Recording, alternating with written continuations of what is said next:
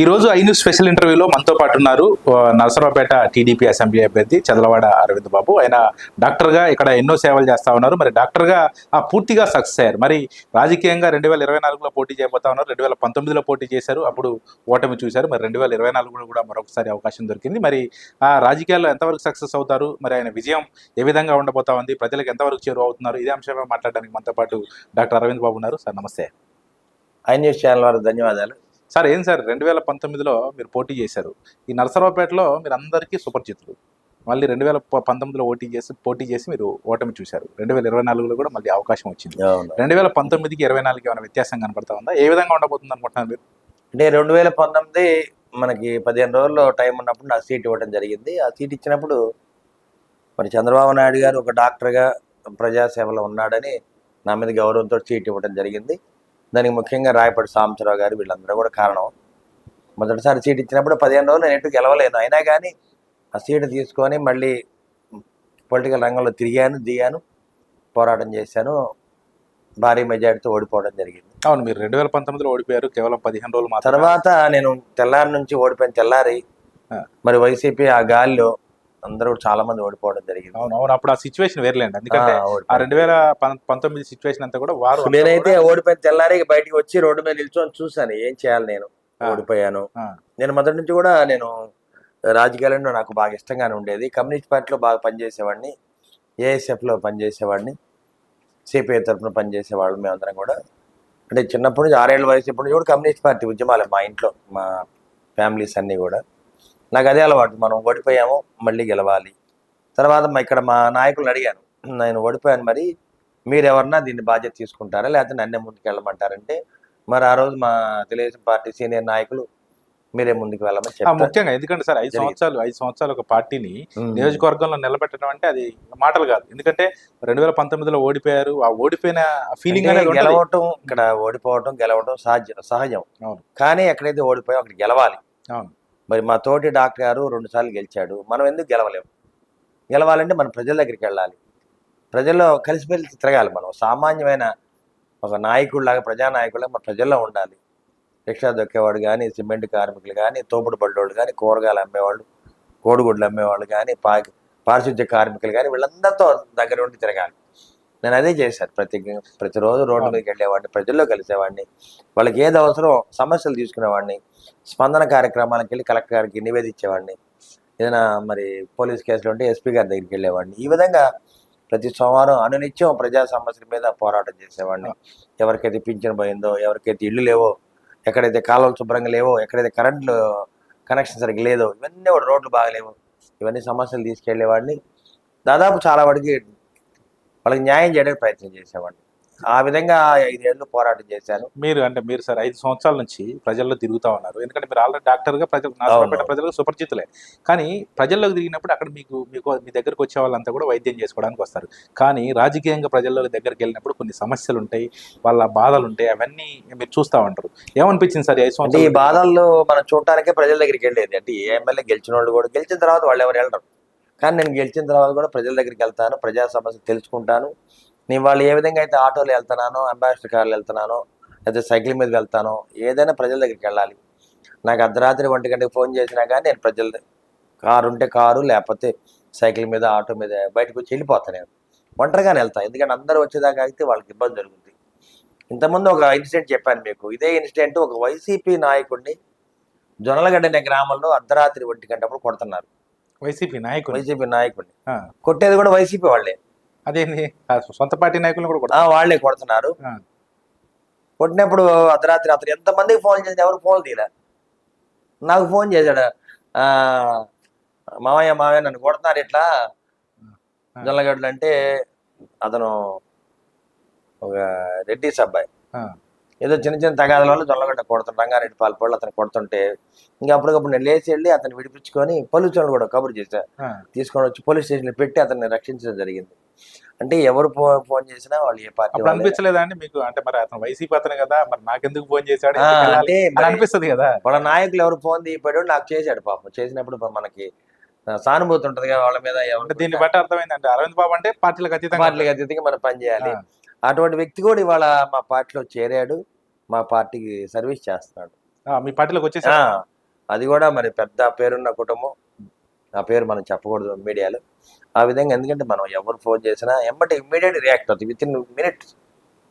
అదేవిధంగా మరి 5 ఏళ్ల పరిపాలనలో వైసీపీ దుర్మార్గాలు, అవినీతి, మరి ఎమ్మెల్యే గోపిరెడ్డి శ్రీనివాస్ రెడ్డి చేసే అవినీతి పనులు కానీ, దుర్మార్గాలు కానీ, అక్రమాస్తులు కూడబెట్టడం, ఇవన్నీ ఆయనకి చెవులో జోరేగిలాగా నేను 5 ఏళ్ళు పోరాటం చేశాను. నిన్నటికి నిన్న టిట్కో గృహాలు ఎన్టీఆర్ గృహాల దగ్గర ఒక సబ్స్టేషన్ ఓపెన్ చేస్తున్నారు. అది సబ్స్టేషన్ ఇంకా కంప్లీట్ కాలేదు. 2 నెలల క్రితం డేట్ వేసి మరి కరెంట్ అధికారులు, ఎలక్ట్రిసిటీ అధికారులు, ఎమ్మెల్యే గోపిరెడ్డి శ్రీనివాసరెడ్డి గారు ఇద్దరు కుమ్ముకై ఉప్పలపాడులో కూడా ఇదే పరిస్థితి. ఒక్కొక్క చోట నలుగురు అవుట్ సోర్సింగ్ ఎంప్లాయీస్ని రిక్రూట్ చేసి ఒక్కొక్కరి దగ్గర 7 లక్షలు తీసుకున్నాడు. అబ్బా! తీసుకొని హడావుడిగా ఓపెన్ చేస్తున్నాడు.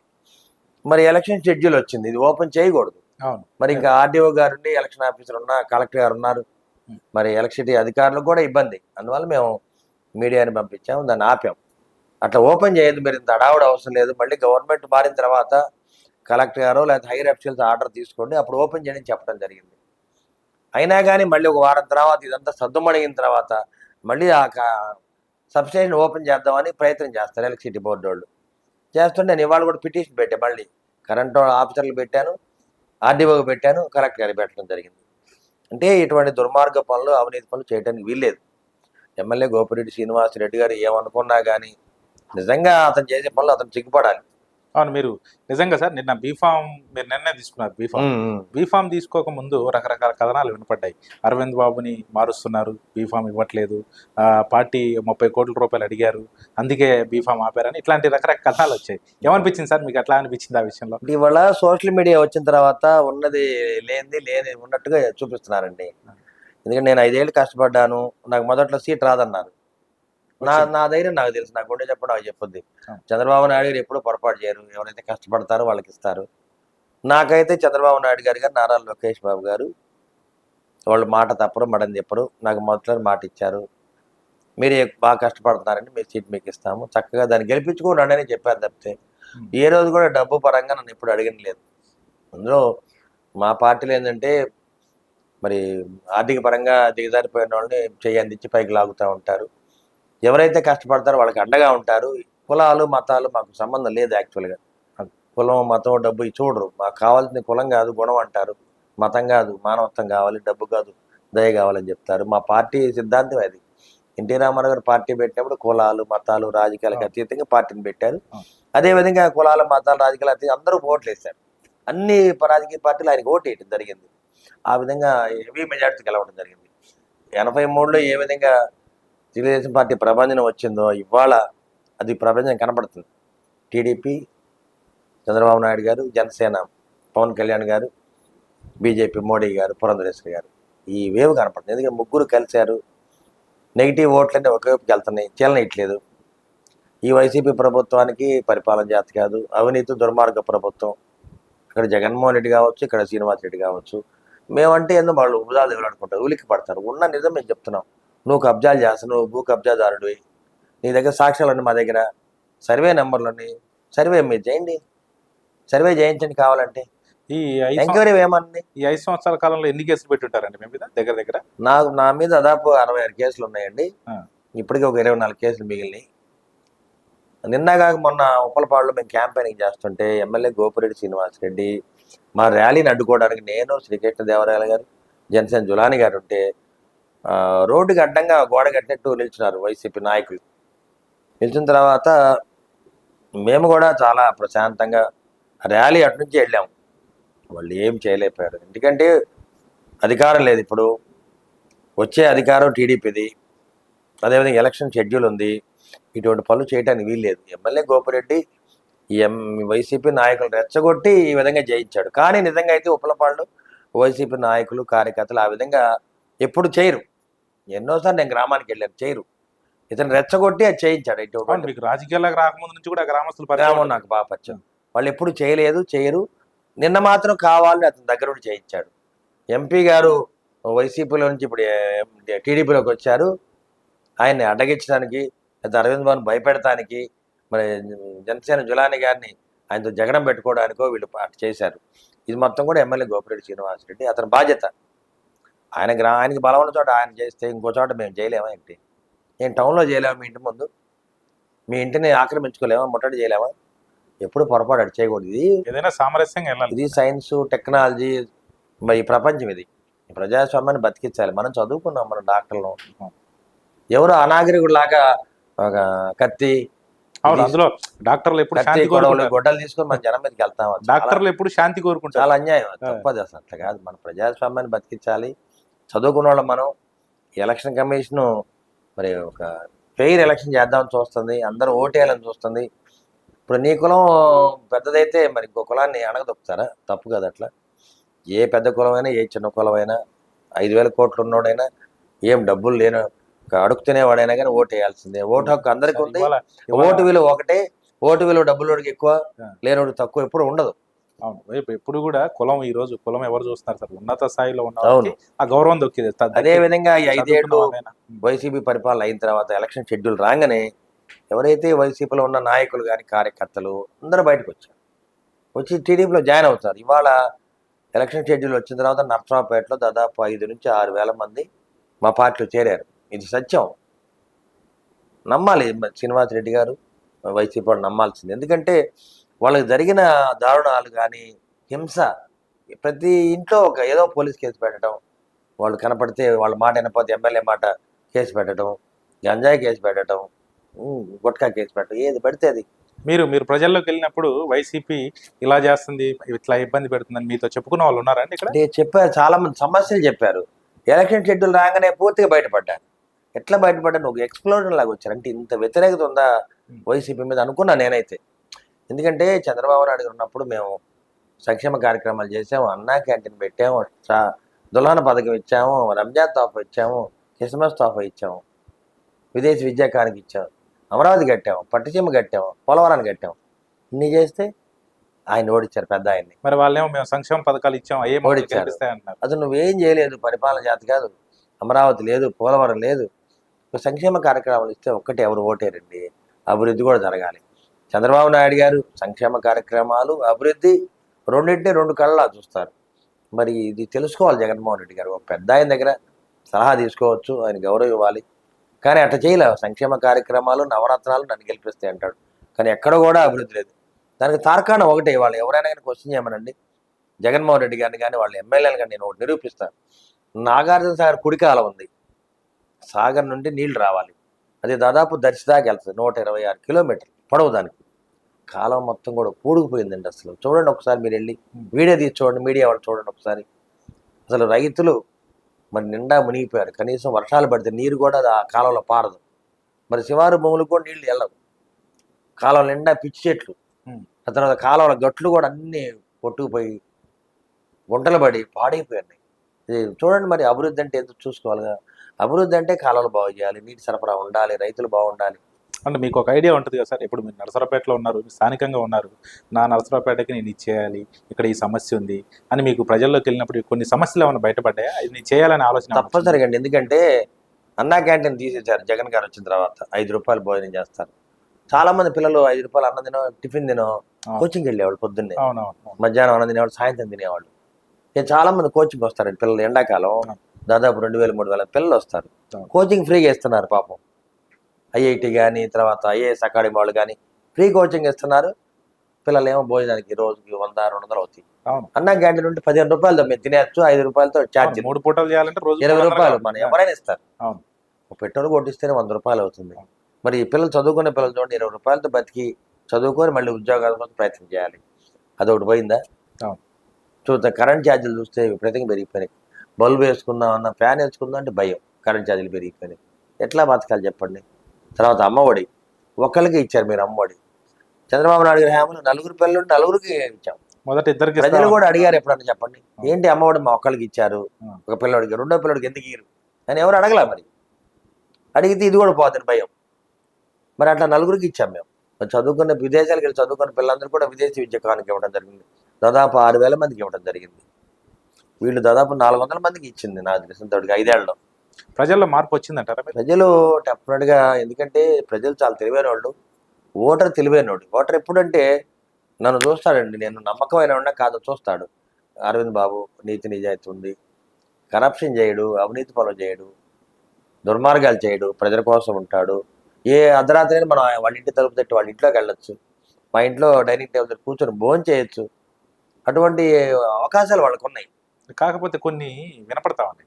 ఎక్కువ ఈ ఏపీలో కుల రాజకీయాలకు ఎక్కువ ప్రాధాన్యత లభిస్తుంది. క్యాండిడేట్‌ని చూడట్లేదు మంచివాడైనా అనేది అంటే నిజమేనా ఇది పొరపాటు అండి. కులం అనేది ఎప్పుడు ఓటర్ ఎప్పుడు చూడు. అట్లా చూస్తే తెలంగాణలో రేవంత్ రెడ్డి గారు గెలవగలరా చెప్పండి? అవును. ఇప్పుడు ఎక్కడున్నా అన్ని కులాలు 100 మంది ఉంటే దాంట్లో 90 మంది ఇతర కులాలే ఉంటారు. 10 మందే ఉండేది ఉన్నత వర్గాలు. అట్లేం ఉండదు. అది మీ కులాలంటే నాకు ఇప్పుడు గుర్తొచ్చింది. అంటే ఉమ్. నరసరావుపేట నియోజకవర్గంలో మీకు సామాజిక వర్గాల వారికి అందరూ సహకరిస్తున్నారా మీ సామాజిక వర్గాల పార్టీలో? వారీగా నాకు అందరూ సహకరిస్తారు. అన్ని వర్గాలు, కులాలు అన్ని సహకరిస్తాయి. ఎందుకంటే నేనైతే ఒక కులం పరంగా కులాలు, మతాలు అతీతంగా మేము పెరిగిన వాళ్ళం. నాకు కులం గురించి ఎప్పుడు చిన్నప్పుడు తెలియదు. అవును.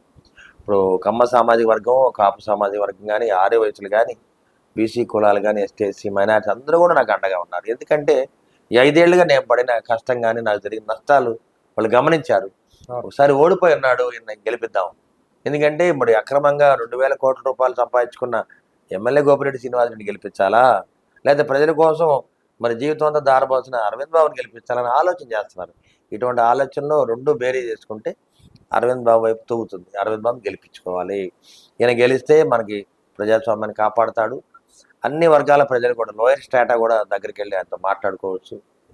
ఎందుకంటే మామూలుగా ఎమ్మెల్యేని కలవడం మధ్యలో కొంతమంది వ్యక్తులు ఉంటారు. వాళ్ళు లోపలికి రానియాలి, వాళ్ళు పనులు చేయాలంటే చాలా లేట్ అవుతుంది. మనకైతే అటువంటి లేదు. ఇంటింటికి వెళ్తాం, మనమే అడుగుతాం, ఏది అవసరం ఉందో చేసి పెడతాను. నేను ఎమ్మెల్యే అయిన తర్వాత కూడా ఇదే విధంగా ఉంటాను. మీరైనా క్వశ్చన్ చేయొచ్చు. మీరు వచ్చి మీడియా వాళ్ళు మీరు రోజు చూస్తారు కదా, ఏం డాక్టర్ అప్పుడు ఎట్లా వాళ్ళు ఇట్టున్నారంటే ఏళ్ళ నిండా ఉంగరాలు, గింగరాలు, మెళ్ళ గొలుసులు ఇన్ని ఉంటే తప్పది. అంటే మనల్ని ఎవరైతే గెలిపించారో ప్రజలు వాళ్ళకి సర్వీస్ చేయాలి, వాళ్ళ దగ్గరకు తీసుకోవాలి. అదే కోరుకునేది వాళ్ళు. సార్ మేమందరం ఓట్లు వేసాం సార్, రిక్షా దొక్కుతా నేను, ఒక ఆయన పారిశుద్ధ్య కార్మికుడు నేను, కాలువలు బాగు చేస్తాను, వాళ్ళందరూ కూడా ఓట్లు వేస్తారు. మీరు అదే ఓట్ల అడగడానికి వెళ్ళినప్పుడు సార్ మీకు 2019లో వేయలేకపోయాము, 2024లో ఖచ్చితంగా మీకు ఓటేస్తాము అని చెప్పేవాళ్ళు ఉన్నారు. చాలా మంది చెప్పారండి. 2019లో నేను పోటీ చేసేటప్పుడు నాకు 15 రోజులు టైం ఇచ్చారు. అప్పుడు అడిగారు పాపం చాలా నాకు తెలిసిన వ్యక్తులు కూడా, డాక్టర్ మేము ఆల్రెడీ కమిటీ అయిపోయాం, 1 సైడ్ వెళ్ళిపోయామండి, ఇప్పుడు మీకు సహాయం చేయలేము చెప్పారు చాలా మంది. ప్రత్యక్షంగా చెప్పారు. చెప్పారు. నాకు కూడా అప్పుడు ఒక 2 ఏళ్ళు టైం వచ్చి ఉంటే కనుక నేను డెఫినెట్గా I have to fight hard అనమాట. అటువంటి టైం లేదు. ఈసారి నాకు అవకాశం ఇచ్చారు చంద్రబాబు నాయుడు గారు. ఎవరైతే ఇన్ఛార్జ్ ఉన్నారో వాళ్ళే అభ్యర్థి చెప్పారు. దాన్ని మనసులో పెట్టుకుని నేను పోరాటం చేశాను. మధ్యలో కొన్ని పొలిటికల్ జిమ్మిక్స్ జరిగి ఉంటాయి. నేను ఏది పెట్టుకోను. నేను చూడను, సోషల్ మీడియా చూడను. చూస్తే ప్రింట్ మీడియా రోజు చూసి వెళ్తాను తప్పితే నా మీద కామెంట్లు పెట్టినా పట్టించుకోను, నాకు సీట్ ఇవ్వరన్నా పట్టించుకోను.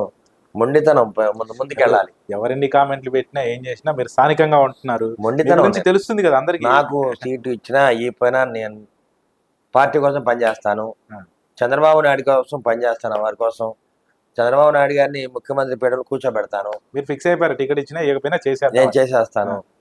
నేను ఇక్కడ ఎమ్మెల్యే మాత్రం 100 రూపాయలు గెలుస్తాను. నాకు ఆ ధైర్యం ఉంది. నా గుండె చెప్పుడు అదే చెప్పుద్ది. నేను గెలిచి చంద్రబాబు నాయుడు గారిని ముఖ్యమంత్రి పీఠం మీద కూర్చోబెట్టే బాధ్యత నాది. ముందు పల్నాడు అంటే ముఖ్యంగా నరసరావుపేట అంటే అందరికీ గుర్తొచ్చే పేరు కోడెల శివప్రసాద్.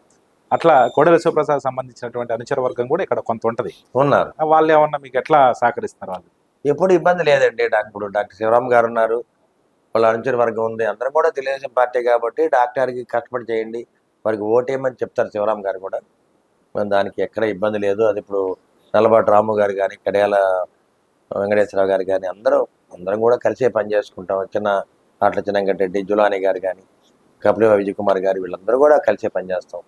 అదేవిధంగా ఎవరైతే వైసీపీలో పనిచేసి పార్టీని 2 సార్లు గెలిపించారో, కపిలేవ విజయ్ కుమార్ గారు, ఆయన స్టేట్ బిలియన్ మర్చెంట్స్ ప్రెసిడెంట్, మన నాగేశ్వర గుప్తా గారు మాజీ మున్సిపల్ చైర్మన్, ఆట్ల చిన్నంగడ్డి గారు ఆయన స్టేట్ సెక్రటరీ వైసీపీలో, అదేవిధంగా చిన్నపరెడ్డి అని ఒక లాయర్ గారు, వీళ్ళందరూ కూడా టీడీపీలో వచ్చారు.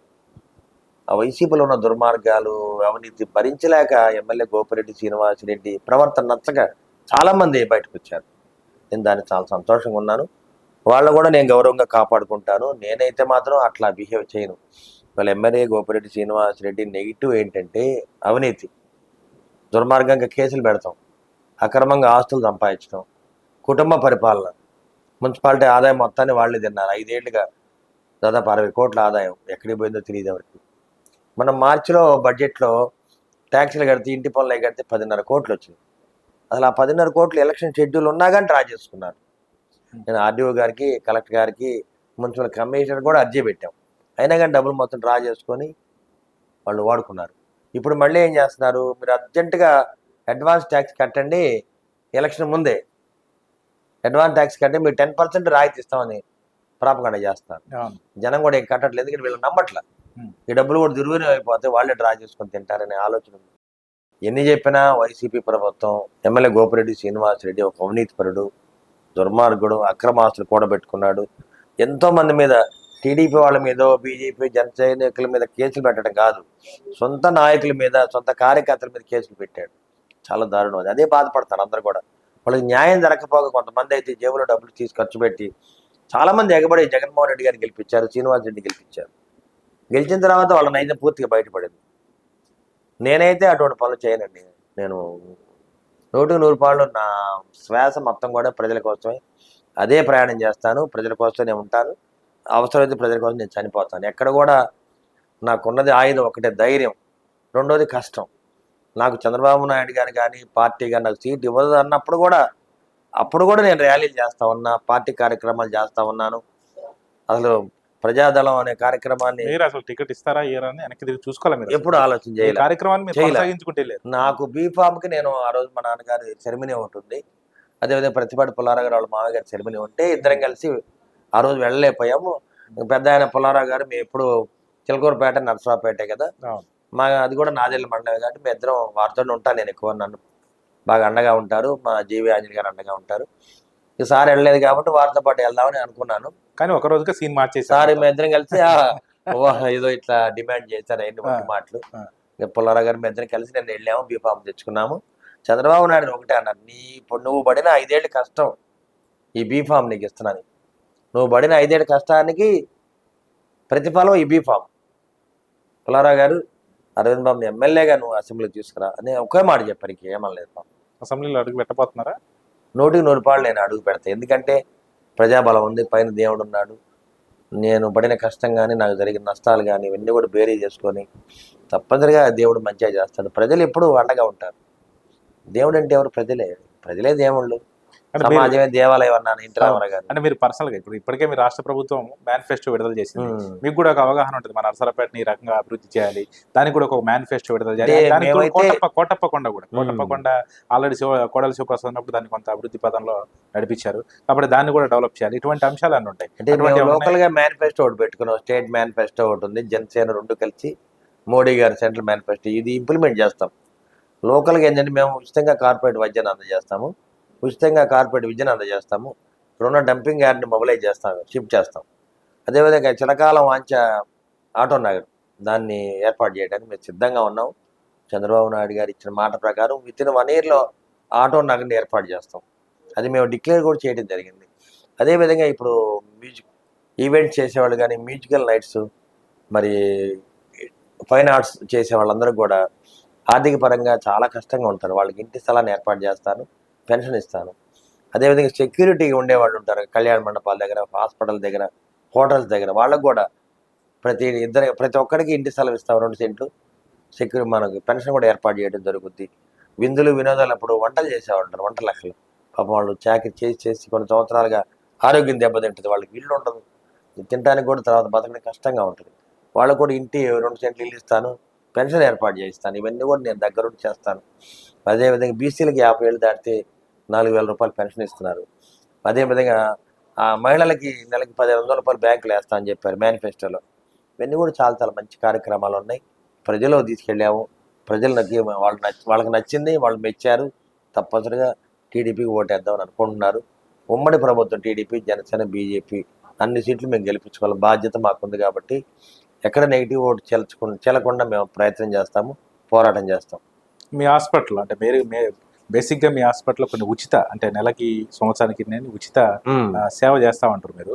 అట్లాంటిది అది కేవలం మీ పార్టీలో ఉన్నవారికే మాత్రమే లభిస్తుందా, లేకపోతే పార్టీలకు అతీతంగా చేస్తారా? అట్లా ఉండదండి. ఏ పేషెంట్ వచ్చినా వైద్యం అనేది ఎవరికైనా మేము దగ్గరుండి చేస్తాం. వైసీపీ వాళ్ళు అందరూ వస్తారు కదా. ఇప్పుడు వైద్య రంగంలో పార్టీలు ఏముండవు, పేషెంట్కి ఏమన్నా పాపం ఫ్రాక్చర్ అయితే గవ్వాలని డాక్టర్ దగ్గరికి వెళ్దాం. ఆయన దగ్గరికి వెళ్తే ఆరోగ్యశ్రీలో పెడతాడు, ఖర్చు ఉండదు. ఆరోగ్యశ్రీ లేనప్పుడు రూ. 50,000 అయ్యేది, రూ. 15,000 చేసేవాళ్ళం. ఎక్కడ రాజీ పడేది ఏమి లేదు. మేము చదువుకుంది రైతు బిడ్డగా వ్యవసాయం చేసాము, డాక్టర్ అయ్యాము. అదే అలవాటు తప్పితే మనకి కమర్షియల్గా మనం ఆలోచించేము. అవును, ఇప్పుడు మీ ప్రత్యర్థి కూడా డాక్టరే, మీరు ఆ. డాక్టరే. అంటే లోకల్లో కొంతమంది చాలా మంది డాక్టర్లు ఉంటారు, మీ సన్నిహితులు ఉంటారు. అంటే మీకు ఆ మిగతా డాక్టర్ల నుంచి సపోర్ట్ ఎట్లా? అంటే అందరూ డాక్టర్లు అందరూ కూడా ఇవాళ ఈ అవినీతి ప్రభుత్వాన్ని, అవినీతి గోపిరెడ్డిని గద్దెదించాలి, ఒకటి ఆలోచన. అరవింద్ బాబు నమ్మకమైన మనిషి, మరి పేదల పాలిటి పెన్నిది ఆయన, ఎస్టీ ఎస్సీ బీసీ మైనార్టీ వర్గాలకు దళిత ప్రతినిధి ఆయన అని గెలిపించుకోవాలని ఆలోచన ప్రతి ఒక్కళ్ళకు ఉంది. తప్పనిసరిగా నేను ప్రజల కోసం ఉన్నాననే సంగతి ప్రజలకు తెలుసు కాబట్టి తప్పనిసరిగా గెలిపిస్తారు. డాక్టర్లు పూర్తిగా ఇక్కడ నాకు అండగా ఉన్నారు. వాళ్ళు క్యాంపెయినింగ్ చేస్తుంటే చాలా చక్కగా రిసీవ్ చేసుకున్నారు పేద ప్రజలు కూడా. మంచి పరిణామం. ఇవాళ నర్సాపేటకి మంచి అదృష్టం పడుతుంది. అరవింద్ బాబు డెఫినెట్గా ఎమ్మెల్యే అవుతాడు. ఎందుకంటే ప్రజల దీవెనలోనే వాళ్ళే నన్ను గెలిపించి అసెంబ్లీ పంపిస్తారు. చివరిగా నరసరావుపేట నియోజకవర్గ ప్రజలు రేపు 2024లో మిమ్మల్ని నమ్మి ఓటేస్తారు. వాళ్ళకి ఓటేసిన వారికి మీరు ఇచ్చే బదులు? ముఖ్యంగా నాకు సీట్ ఇచ్చినందుకు మా ప్రజలందరూ కూడా చంద్రబాబు నాయుడు గారికి పాదాబంధం చేస్తున్నారు. తర్వాత నాకు బీఫామ్ ఇచ్చినందుకు కూడా వాళ్ళకి పాదాబంధం చేస్తున్నాం అందరం కలిసి. అదేవిధంగా నర్సాపేట పట్టణానికి మేము గెలిచిన తర్వాత మరి కాలువలు బాగు చేయిస్తాము, మంచినీటి సప్లై 2 పూటలు ఇస్తాము, రోడ్డు బాగు చేయిస్తాము, మరి కోటపూట దగ్గర రోప్ వేయిస్తాము. మరి ఎక్కడైతే ఎన్టీఆర్ స్టేడియం, కోడలి గారి స్టేడియం పాడైపోయిందో అక్కడ స్విమ్మింగ్ పూల్ బాగు చేయిస్తాము, వాకింగ్ ట్రాక్ బాగు చేయిస్తాము, జిమ్ అంతా కూడా ఎక్విప్మెంట్ తీసుకొచ్చి బాగు చేయిస్తాము. ఇవన్నీ కూడా దగ్గరుండి చేస్తాము. నిజంగా అభివృద్ధి మీరు ఏమైనా చేశారంటే గోపిరెడ్డి శ్రీనివాసరెడ్డి గారిని ఒకసారి కోడలి గారి స్టేడియం ఇక్కడ చూడమనండి. అక్కడ స్విమ్మింగ్ పూల్ ఏ విధంగా ఉందో, వాకింగ్ ట్రాక్ ఏ విధంగా ఉందో, నాగార్జున సార్ కుడి కాలువలు ఎట్లా ఉందో ఒకసారి చూడమనండి. చూసి మీడియాతో ఐన్యూస్తో మాట్లాడమనండి. నేను ఛాలెంజ్ చేస్తాను. నువ్వు ఎక్కడైతే రియల్ ఎస్టేట్ చేసి సాయి బాలాజీ సిటీలో 46 ఎకరాలు గవర్నమెంట్ ల్యాండ్ ఆక్యుపై చేసుకున్నావే, 1 ఎకరం 5 కోట్లకు అమ్ముకున్నావే, ఆ విధంగా 200 ఎకరాలని ప్రతి ఎకరం 5 కోట్లకు అమ్ముకున్నావే అంటే 1000 కోట్లు నువ్వే సంపాదించావు. మున్సిపాలిటీ ఆదాయాన్ని నువ్వే తిన్నావు. మట్టిని దోవుకుంటువి, కొండలను దోవుకుంటువి, ఇసుక రవాణా చేస్తేవి. ఇంకేం న్యాయం అని చెప్పండి. నేను అనేది అంటే ఇది నా అబద్ధం ఉంటే శ్రీనివాసరెడ్డి గారు మీరు ఎమ్మెల్యేగా ఉన్నారు 2 సార్లు, మరి నా మీద ఎంక్వైరీ వేయండి. నా మీద మన పరువు నష్టం దావా వేసావుగా. ఇది నిజమా? ఇది కరెక్టా? ఎంతవరకు కరెక్ట్ చెప్పండి. మీరు ఎన్ని దుర్మార్గాలు చేశారో, మీరు ఎన్ని అవినీతి పనులు చేశారో, ఎన్ని అక్రమాస్తులు సంపాదించారో మీ వైసీపీ నాయకులకి, మీ కార్యకర్తలకి అందరికీ తెలుసు. కావాలంటే వాళ్ళ చేత ప్రెస్ మీట్ పెట్టిస్తా. మీకు దమ్ముంటే ఛాలెంజ్ చేస్తున్నాను. మీ నాయకుల చేత నేను ప్రెస్ మీట్ పెట్టిస్తా. 2024లో టీడీపీ జెండా నరసరావుపేటలో ఎగరబోతుందంటారు. 20 ఏళ్ళుగా దశాబ్దం కళ. 20 ఏళ్ళకి ఎగరని జెండాని ఎగరేయాలి. అదొక్కటే నా చివరి శ్వాస మటుకు ఆ జెండా ఎగరేయడానికి ప్రయత్నం చేస్తాను. అదేవిధంగా ప్రజాస్వామ్యాన్ని కాపాడుతాను. ఇటువంటి అవినీతి పరులైన వీళ్ళని ఇక్కడి నుంచి తరిమేయాలి. ఇది ప్రజల బాధ్యత. ప్రజలకు ఉన్న ఓటు హక్కును వినియోగించుకోవాలి. అదేవిధంగా హింస లేని పోలింగ్ చేయాలి. రేపు తప్పనిసరిగా ఇవాళ ఇంత సైన్స్ టెక్నాలజీ పెరిగి ఇట్లా ఉన్నప్పుడు ఇటువంటి బూత్ ఆక్యుపైయింగ్ కానీ దుర్మార్గాలు చేస్తే ఎవరు ప్రజలు మెచ్చరు. అందుకని ఈ ప్రభుత్వం కూలిపోతుంది. ఎమ్మెల్యే గోపిరెడ్డి శ్రీనివాసరెడ్డి ఓడిపోతున్నాడు. రైట్, తప్పకుండా అండి. ఎందుకంటే ప్రజలు ఎప్పుడు మంచి నాయకుడిని ఎంచుకోవడంలో ముందుంటారు. ఒకవేళ మంచి చేయాలనుకుంటే ఖచ్చితంగా ప్రజలు మీకు ఆదరిస్తారు. మీరు గెలవాలని కూడా మేము మనస్ఫూర్తిగా 2024లో ఖచ్చితంగా ఇక్కడ టీడీపీ జెండా ఎగరవేస్తాను. అది నా కళ, నా శ్వాస. ఇక్కడ టీడీపీ జెండా ఎగరవేసిన తర్వాత నా శ్వాస విడుస్తానని కూడా డాక్టర్ అరవింద్ బాబు చెప్తా ఉన్నారు. ఇది ఈరోజు ఇంటర్వ్యూ. మరో నేతతో మళ్ళీ కలుద్దాం. అప్పటి వరకు చూస్తూనే ఉండండి ఐ న్యూస్. మీతోనే మీ వెంటే. నమస్తే.